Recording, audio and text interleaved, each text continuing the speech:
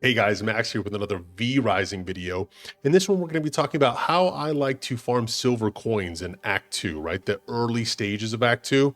This is not the best strategy for farming silver coins in the entire game. There's better opportunities as you get deeper into the game, but just early Act 2 when we first get there and we find the new merchant and we want to get some of those new patterns to upgrade our gear, that kind of thing.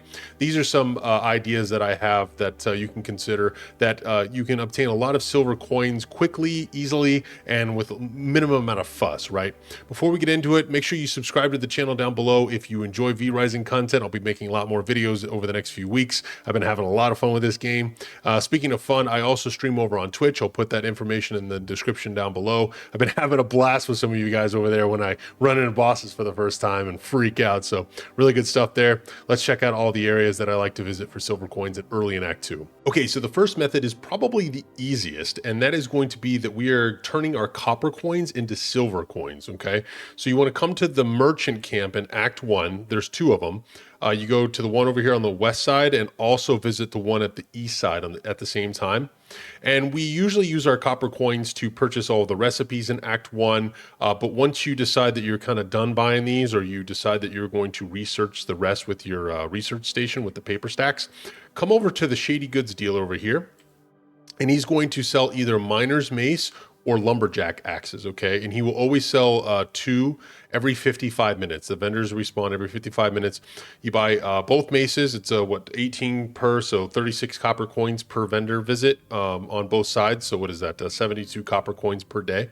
So if you've got a load of copper coins saved up, you can turn these in for silver coins by basically just buying these miner maces or these lumberjack axes. Just buy both of them. Now, what are we going to do with these maces and lumberjack axes? Well, we are going to stick them in the Devourer, okay? So whenever you put a level 7 mace or lumberjack in the Devourer, which is what the vendors sell, it's going to chomp it up into pieces and it's going to turn it into 12 silver coins, just like that, okay? Sometimes while you are going through the different camps in Act 1, these items will drop, but it'll be like around level 3, level 4, and if you stick it in here, you'll get 10 silver coins instead of 12. But if you buy the ones off the vendor, they'll be level 7, and you just pop them in here, and they will turn each of them into 12 silver coins. And so every day, every 55 minutes when those vendors reset, you can just go buy as many as you can afford, bring them here, and turn them into silver coins, and then just be on your way. But that strategy only works every 55 minutes when those two vendors reset their goods. So let's talk about a few other areas where we can farm silver coins while we're still in Act 2. The first one is going to be over here in the Mosswick Village. This is kind of in the western part of Act 2 in the southwestern area. This little waypoint right here, you could take it and just come up here into the area. And as always, for all these village showcases, I have already cleared out the enemies, but this is what dropped from all the enemies and crates that I defeated, so you can pause and take a look at that. But the main reason that we are coming to this camp is because there are a lot of houses here, and that gives us more opportunity for chests. But alongside of that, these houses also have a lot of like cupboards and drawers, like this one right here, this little cupboard area. You can open these. These are almost like chests. When you open them up, there can be silver coins inside of these things. So we just take our silver coins. It's also got a bunch of oil because this camp showcases oil. And then we just move on to the next house over here. Sometimes that house that we were just in has a chest. This one here has two of the cupboards. This one right here, and then this one right here. So you can kind of see what they look like. So don't miss these when you come through here. You open it up, doesn't have any silver coins, but it's got a nice gem in there for us. Open this up. We get a gold jewelry. That's really nice for later on. And then a bonus, a chest. We open this up and some more copper coins. So we just hit this house and there was essentially 3 treasure chests in here that we opened up, which is super awesome. And then we come over here. There's no treasure chest right here.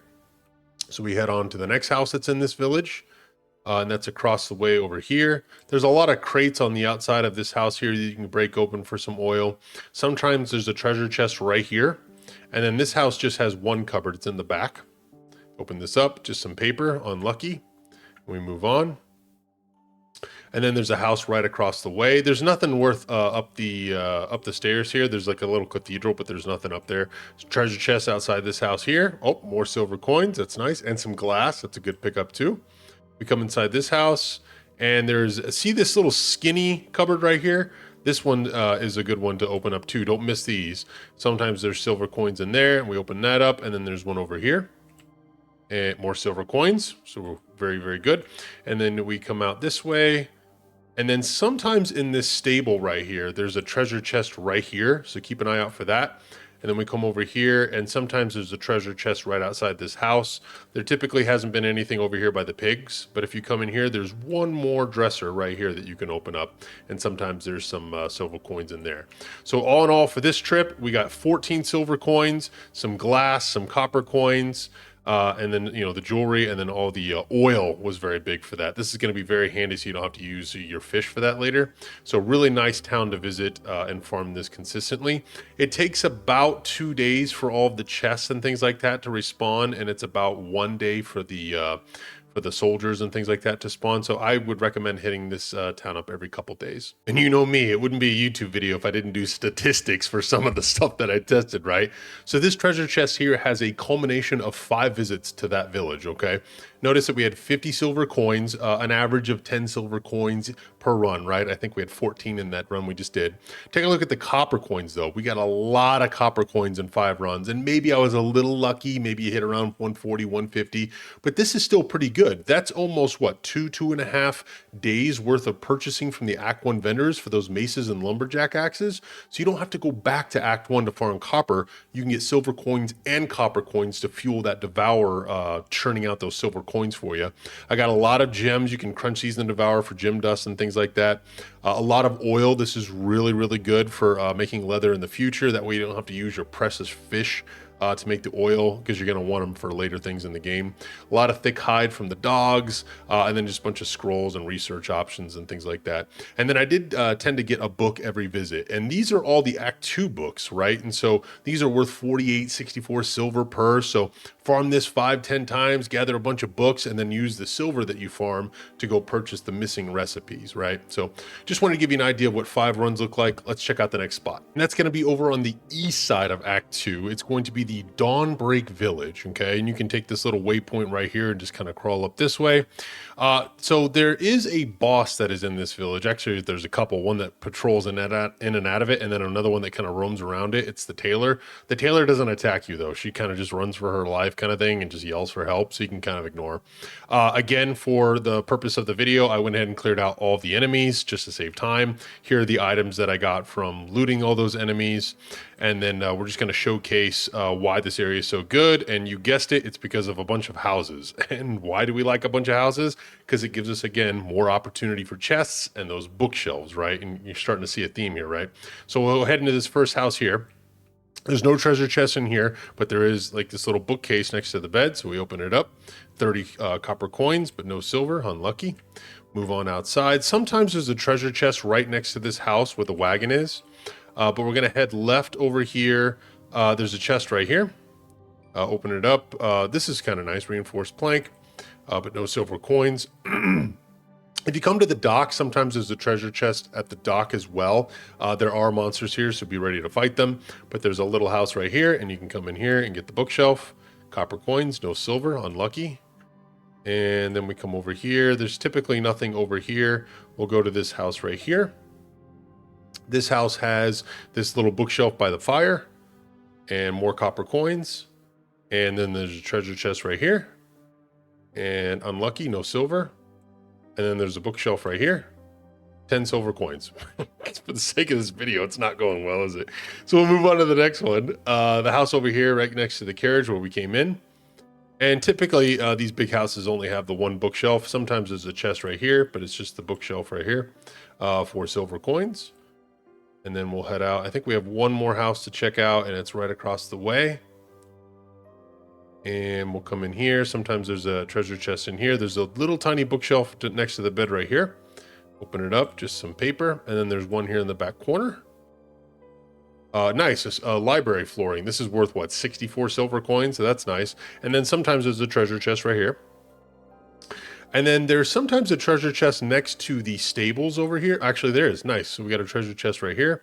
And you can check these 3 horses out for for their stats. I'm going to do another video on the horses, so if you're interested in that, it's probably released as soon as this one's done. And then remember at the last camp where I told you going up the steps wasn't worth it? In this camp it is. You can come up here, there's a bunch of enemies you kill. You can destroy these pots and vases and things like that for some more stone and some materials. But come up here, and inside this little church, there's an enemy right here you'll kill, but there's 2 more bookshelves right here that you can open. Nice. Wrangler's Potion. I don't even think I have this one yet. So that's awesome. That's worth 4860 silver coins. And another one right here. And then sometimes there's treasure chests in these little alcoves right here. And then again, more vases and pots that you can break open for things like that. So this is the total haul that we got from all of that. A little unlucky on the silver coins, but I want to keep it this way just for the sake of the video, because just to show you can get unlucky on this stuff. Let's check out the statistics for this village. And to do that, I have another treasure chest, which has a culmination of 5 visits to that camp.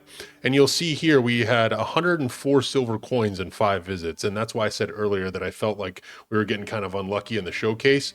I got an average of about 21 silver coins when I was there. Again, another 186 copper coins, like the 180 from the other camp. So again, another great place with a lot of bookshelves, a lot of chests to find silver coins and copper coins to fuel that strategy from the beginning of the video. I was pretty unlucky with my 5 visits and only found 2 books. I mean, heck, I just found 2 books in that showcase. A lot of glass, that was really nice. A lot of oil, a lot of thick hide from the dogs, and then just a bunch of gems and, you know, leather and cloth and things like that. So I just wanted to give you an idea of what 5 runs could look like. Again, RNG, might get a little more, might get a little less, but let's check out my last spot that I like to farm silver coins in Act 2. And that's going to be in the northern part of Act 2, and it's called the Church of the Damned. And you'll notice it also has a bonus of Scourge Stones, which is really nice towards the end of Act 2. I come to this waypoint right here and then crawl up past the Bastion of Dunley to the top here, Church of the Damned. And the entrance is right here.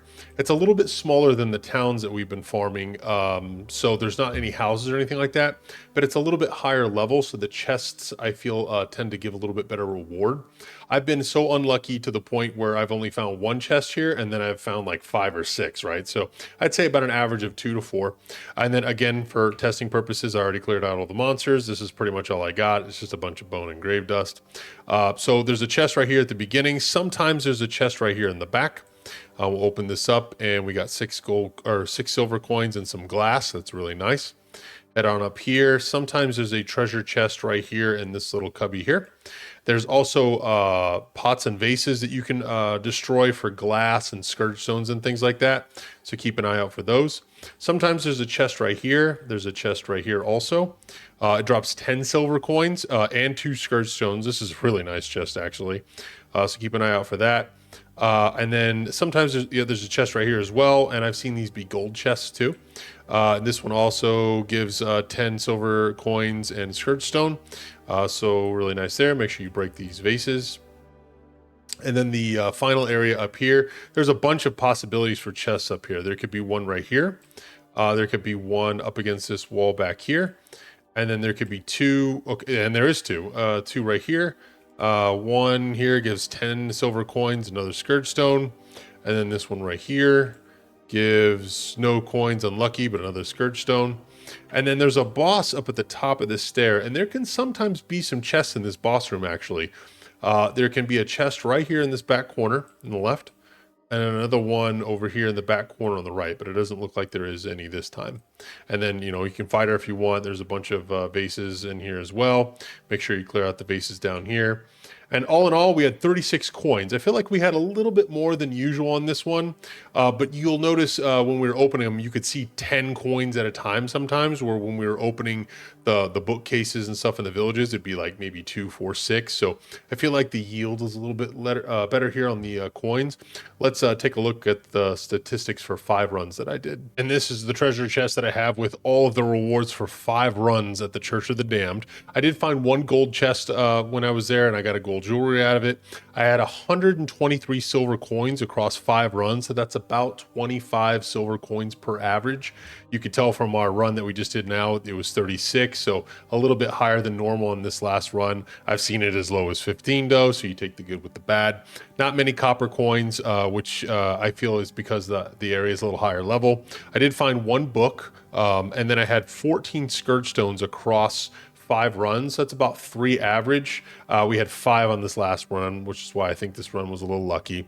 And then just a bunch of gems and things like that. That's pretty much it. Glass, scourge stones, silver coins, and gems. It kind of really narrows in on those things. So just wanted to give you an idea of what 5 runs might look like for that area. Keep that one in mind. I think it's a pretty good one. And that's how I like to farm silver coins when I first enter early Act 2. Remember, this is all RNG based. You might get a little more, might get a little less. And don't forget about that strategy to buy items from the merchants in Act 1 and turn those items into silver coins. Really good there. I've got an honorable mention of the Haunted Iron Mine. This place is pretty big and it has a lot of treasure chests for silver, but it's a little dangerous, and there's 2 nasty bosses that patrol through here, and it's enclosed off, so there's not a lot of escape routes where, you know, if you go to a village, you can kind of just hop the fence and get away. And this video was for kind of early Act 2, keeping it safe and simple and not being dangerous, delving into the largest mine in the world, right? So keep that in mind. If you feel like I deserve it, hit the like button down below, subscribe to the channel for more vampire content, and I'll see you in the next video. Thanks for watching.